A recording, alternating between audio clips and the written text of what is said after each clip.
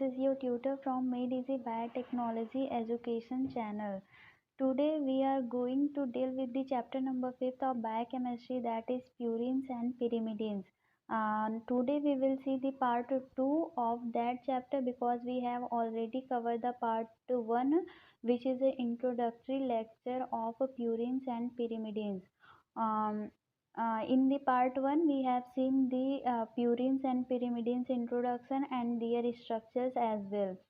Today we will see how the structure of pyrimidine bases, properties and the structure of purines, pyrimidines, and what are the special features of purines and pyrimidines is.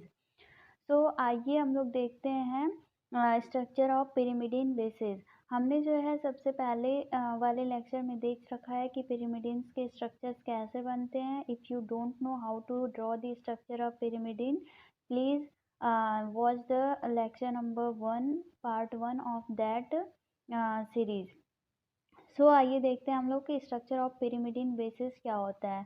So pyrimidine bases present in nucleotides are cytosine, uracil and thymine. pyrimidine bases जो nucleotide में present होते हैं वो basically हमारे 3 होते हैं, cytosine, uracil और thymine. सो cytosine, uracil और थाइमिन जो होते हैं हमारे 3 pyrimidine bases होते हैं न्यूक्लियोटाइड्स के। It is a 6-membered heterocyclic compound containing carbon, nitrogen, hydrogen and oxygen atom. ये जो होते हैं 6-membered हेट्रोसाइक्लिक कंपाउंड होते हैं जिनमें हमारा कार्बन होता है, नाइट्रोजन होता है, हाइड्रोजन होता है और ऑक्सीजन एटम प्रेजेंट होते हैं। सो pyrimidine का हमें बेसिक आइडिया मिल गया कि हमारे सबसे पहले pyrimidine बेसिस कौन कौन से होते हैं, साइटोसिन, यूरेसिल और थाइमिन। ये एक 6-membered हेट्रोसाइक्लिक कंपाउंड होता है। 6-membered हेट्रोसाइक्लिक कंपाउंड होता है जिसमें हमारा कार्बन, नाइट्रोजन, हाइड्रोजन और ऑक्सीजन एटम प्रेजेंट होता है। आइए हम लोग देखते हैं प्रॉपर्टीज ऑफ pyrimidine। तो pyrimidine की प्रॉपर्टीज क्या होती हैं, लेट्स सी। सबसे पहले कि pyrimidine bases are soluble in water. So pyrimidine जो बेसिस होते हैं, साइटोसिन, यूरेसिल एंड थाइमिन, ये सब जो होते हैं वाटर में soluble होते हैं।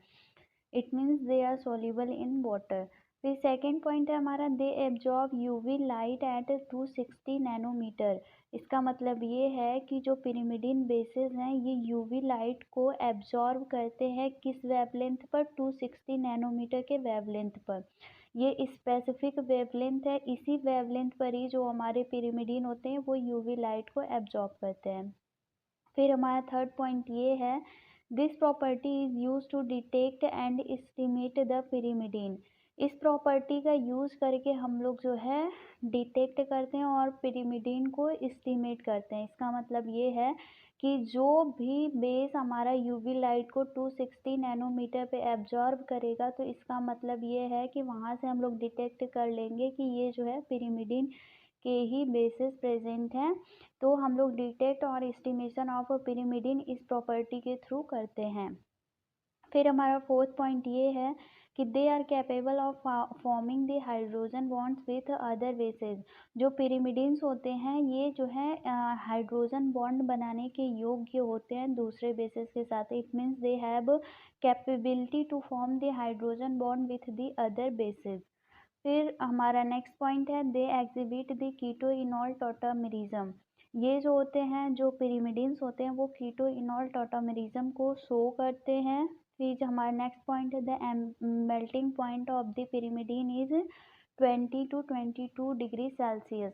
तो हमारा ये है कि जो मेल्टिंग पॉइंट होता है pyrimidine का वो 20 to 22 डिग्री सेल्सियस होता है। इसका मतलब ये है कि जो pyrimidines होते हैं वो मेल्ट होना किस टेम्परेचर पे स्टार्ट करते हैं, 20 to 22 डिग्री सेल्सियस पर।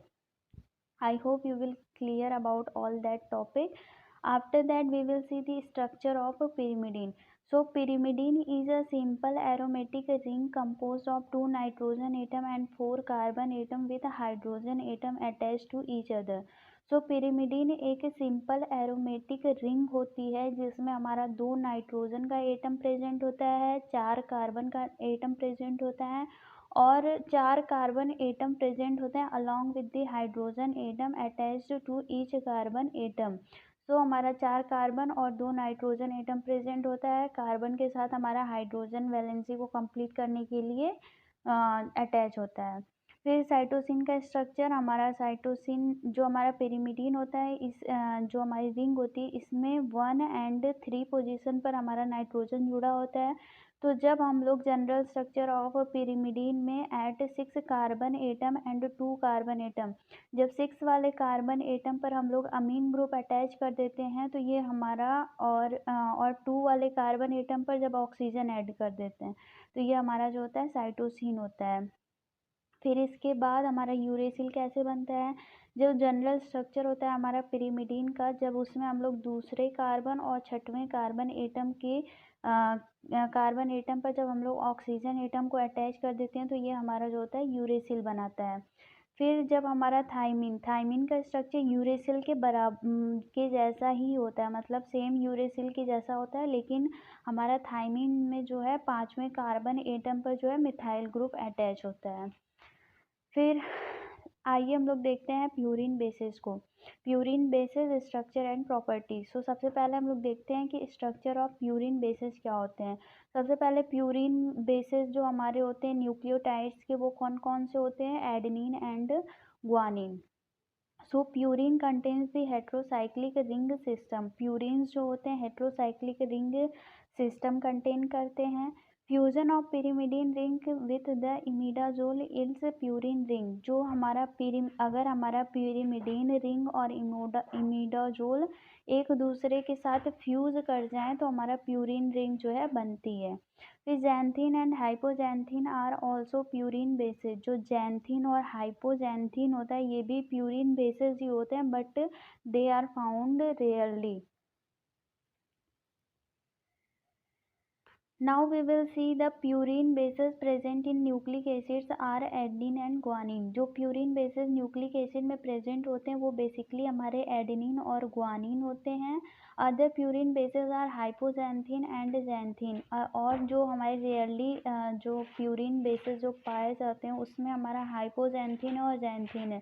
This is the most important point from the exam point of view. You must remember about the hypoxanthine and the xanthine which are the rarely found purine bases in nucleic acid।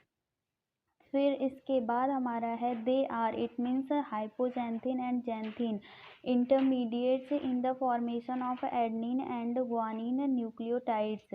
जो hypoxanthine और xanthine है ये act करते हैं as a intermediates जब हमारा adenine और guanine nucleotide बनता है। इट मीन्स जब हमारा एडेनिन और ग्वानिन न्यूक्लियोटाइड्स बनता है तो हमारा जैंथीन और हाइपोजैंथीन एज ए इंटरमीडिएट काम करते हैं। फिर इसके बाद है हमारा प्रॉपर्टीज ऑफ प्यूरिन बेसिस।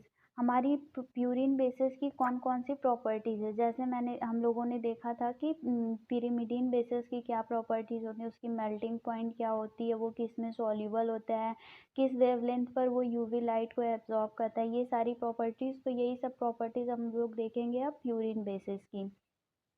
जो purine bases are sparingly soluble in water. जो प्यूरिन बेसिस होते हैं वो बहुत ही कम वाटर में सॉल्युबल होते हैं। पिरिमिडीन जो थे वो वाटर में सॉल्युबल थे, बट प्यूरिन बेसिस जो होते हैं बहुत ही ज़्यादा कम वाटर में सॉल्युबल होते हैं। They absorb the light in UV region at 260 nanometre.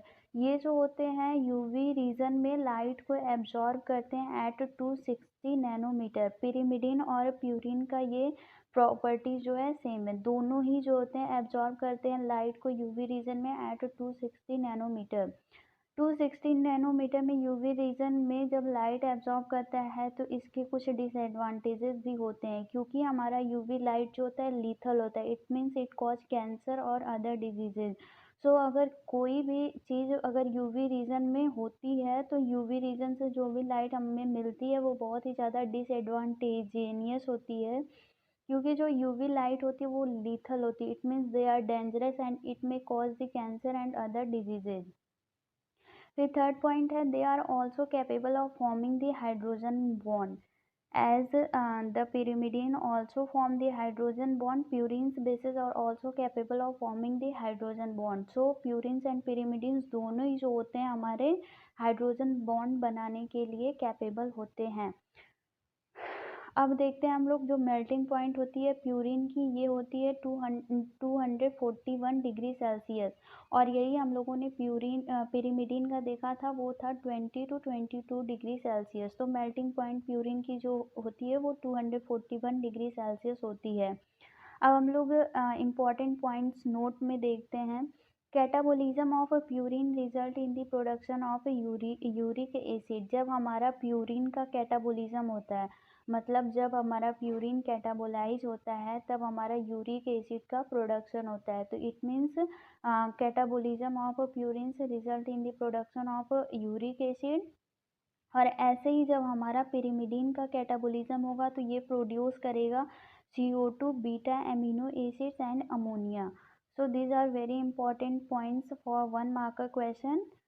You must remember about the catabolism of purines and pyrimidines and what the product form after the catabolism of them.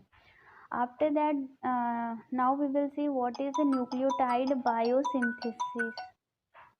Nucleotide biosynthesis.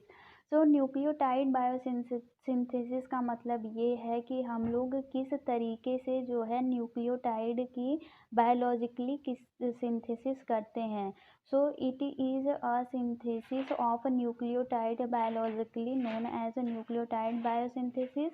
और nucleotide biosynthesis के हमारे दो method होते हैं या फिर दो pathway होते हैं, de novo and salvage pathway. So de novo and Salvage pathway are the two biosynthesis pathway through which we prepare the nucleotide. So nucleotide biosynthesis in the cell can be grouped into two broad classes. जो nucleotide biosynthesis हमारे cell में होती है, इसको हम लोग दो broad classes में डिवाइड कर सकते हैं। एक है हमारा डी नोवो सिंथेसिस और दूसरा है हमारा synthesis by the salvage pathway. तो सबसे पहले हम लोग देखते हैं what is D novo synthesis.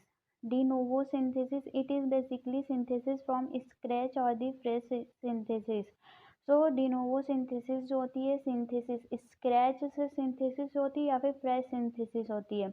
It means D novo synthesis एक ऐसी सिंथेसिस होती है न्यूक्लियोटाइड की जिसमें हम लोग जो है सिंथेसिस करना स्टार्ट करते हैं फ्रॉम द फ्रेश पॉइंट। मतलब एकदम स्टार्टिंग से जब हमारी न्यूक्लियोटाइड की सिंथेसिस होना स्टार्ट होती है, तो इस वाले सिंथेसिस को हम लोग डी नोवो सिंथेसिस कहते हैं।